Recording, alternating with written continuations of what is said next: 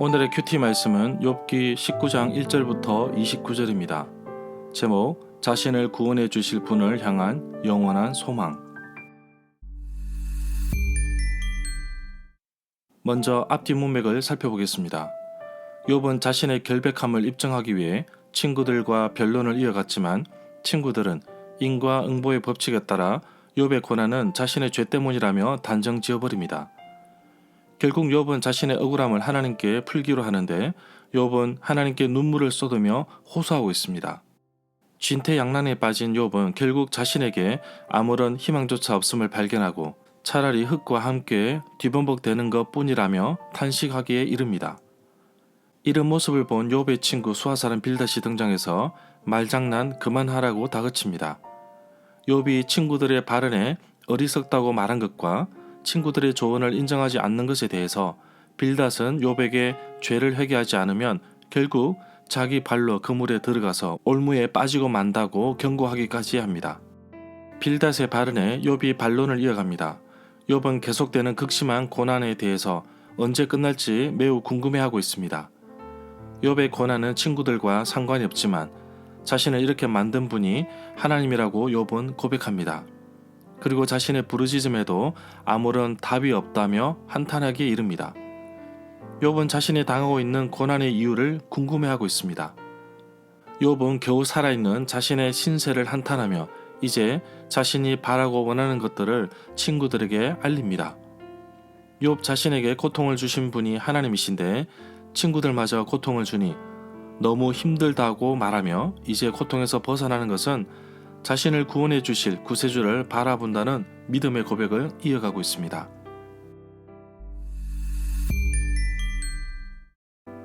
문단을 나눠보겠습니다. 1절부터 20절은 빌닷의 발언에 대해 반론을 제기하는 욥, 21절부터 29절은 죽은 이후에도 하나님을 바라볼 수 있는 소망, 2절에 보면 극심한 고통 속에서 얼마나 깊은 상처를 받고 있는지를 잘 표현해주는 욥의 고백이라고 할 수 있습니다. 욥의 물질을 넘어서 가족과 심지어 인격과 신앙까지 무참하게 부서진 사실을 잘 표현하고 있습니다. 3절에 보면 이 구절에서 10번이라는 표현은 단순히 횟수를 넘어서 몇 번이고 계속해서 되풀이된다는 반복을 강조하는 표현으로 볼 수 있습니다. 계속해서 욥은 모욕을 당해왔고 앞으로도 모욕을 당할 것이라고 미완료형으로 표현하고 있습니다. 욥의 친구들과의 대화는 위로보다는 많은 상처를 주어 더 고통스럽게 만들었다는 것을 우회적으로 표현하였다고 봅니다. 6절에 보면 욥은 자신의 고통의 원인과 이유를 찾고 있는데 친구들이 말한 바와 같이 인과 응보의 법칙에 따라 욥의 잘못이나 죄로 인한 것이 아닌 하나님의 주권 아래에서 비롯되었다는 것을 고백하고 있습니다. 욥은 자신이 무고하고 아무런 잘못이 없지만 자신에게 고통을 던지셨다는 표현을 통해 일종의 원망 섞인 자신의 심정을 토로하고 있음을 볼 수 있습니다. 10절에 보면 이 구절에서 욥은 자신에 대한 하나님의 공격을 표현하고 있는데 마치 적군이 자신을 공격하는 것에 비유하고 있습니다. 사면 초가에 몰린 욥은 결국 어떠한 탈출구가 없다는 것을 깨닫게 되고 이러한 사실을 좀 더 구체적으로 나무가 뿌리째 뽑히는 사실을 비유로 말하고 있습니다. 결국 극심한 고통 속에서 그 어떠한 소망이나 기대감도 없다는 것을 말하고 있습니다. 13절에 보면 이 구절부터 20절까지는 욥이 자신의 모습을 한탄하고 있는데 비정한 주위의 사람들과 자신이 처해 있는 비참한 상황으로 인함을 고백하고 있습니다.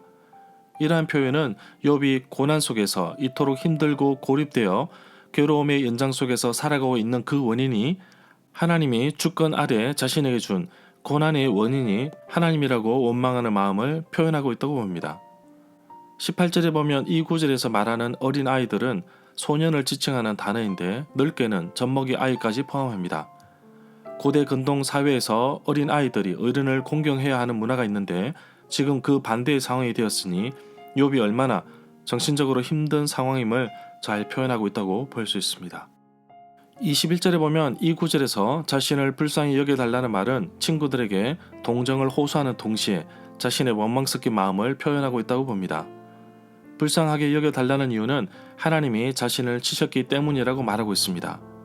결국 욥은 자신의 죄로 인해 생긴 고통이 아니라는 것을 주장하며 하나님께서 친히 행하신 결과라는 사실을 천명하고 있다고 볼 수 있습니다.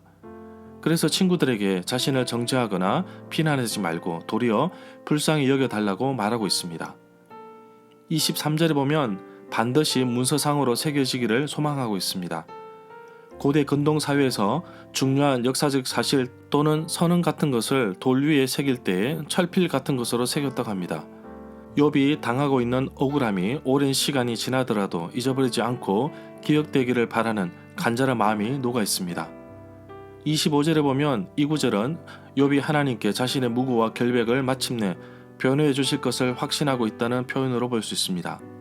이 구절에 알다에 해당되는 동사는 단순히 지식을 넘어 경험을 통해 알고 깨닫게 된다는 의미로 욥은 자신의 과거 경험을 비추어 반드시 자신을 구원해 주실 것에 대한 확신이 가득 차 있는 것을 볼 수 있습니다. 절마다 상세한 설명과 구절 해석, 그리고 핵심 내용과 중심 줄거리는 네이버 블로그에 올려져 있습니다. 내게 주시는 교훈입니다. 욥은 계속되는 극심한 고통 속에서 그 고통의 원인과 이유를 알고 싶어 하지만 알 길이 없습니다. 하나님께서 자신에게 고통을 주신 것을 알 것 같은데 친구들마저 고통을 주니 너무나도 힘들어합니다. 그래서 욥은 자신에게 아무런 소망이 없다고 거듭 말하고 있습니다. 그런데 욥은 의미심장한 이야기를 합니다. 자신의 말이 모두 기록되어 책으로 만들어진다면 얼마나 좋을지. 자신의 구세주가 살아 계시다는 것을 욥은 알고 있으니 결국 이 땅에 설 것이라고 고백합니다. 결국 구세주가 오셔서 자신의 무죄임을 밝혀주실 것이라는 소망을 품고 있습니다. 욥이 예수 그리스도에 오실 것을 예언한 것이라고 보는 견해도 있지만 오늘 말씀의 문맥을 보면 예수님께서 우리의 진정한 변호사가 되시고 우리가 죄에서 벗어나 의롭게 살 수 있도록 만드신 분이라고 이해할 수도 있습니다. 인생을 살다 보면 그 이유조차 모르고 심지어 내 의지와 상관없이 평생 고난 속에서 살아가야 하는 운명도 있는 것이 사실입니다. 욥은 자신이 늘 혼자라고 투덜거리지만 나는 혼자가 아닙니다. 내 곁에서 늘 나를 변호하시고 위로하시며 평안을 주시는 분이 계신데 그분이 바로 예수 그리스도이십니다. 고난 속에서 그리스도인의 역할은 낙심하지 말고 끝까지 하나님을 신뢰하는 것입니다. 고난도 하나님의 뜻이라면 모든 것이 합력하여 선을 이루시는 하나님의 손길을 바라보며 살아가는 것이 올바른 그리스도인의 삶이라고 할 수 있을 것입니다. 고난을 잘 견디는 사람이 있는가 하면 고난을 겪는 가운데 도움이 필요한 사람도 있습니다. 그래서 중보기도가 필요합니다.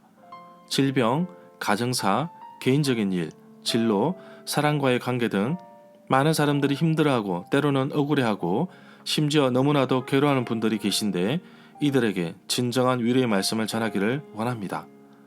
고난 속에서도 희망을 잃지 않고 말씀 속에서 늘 자유함을 얻기를 원합니다. 오늘도 하나님을 향한 소망을 잃지 않고 끊임없이 하나님을 찾고 또 나를 지켜주실 분이심을 기억하며 살아가는 하루가 되기를 간절히 소망합니다.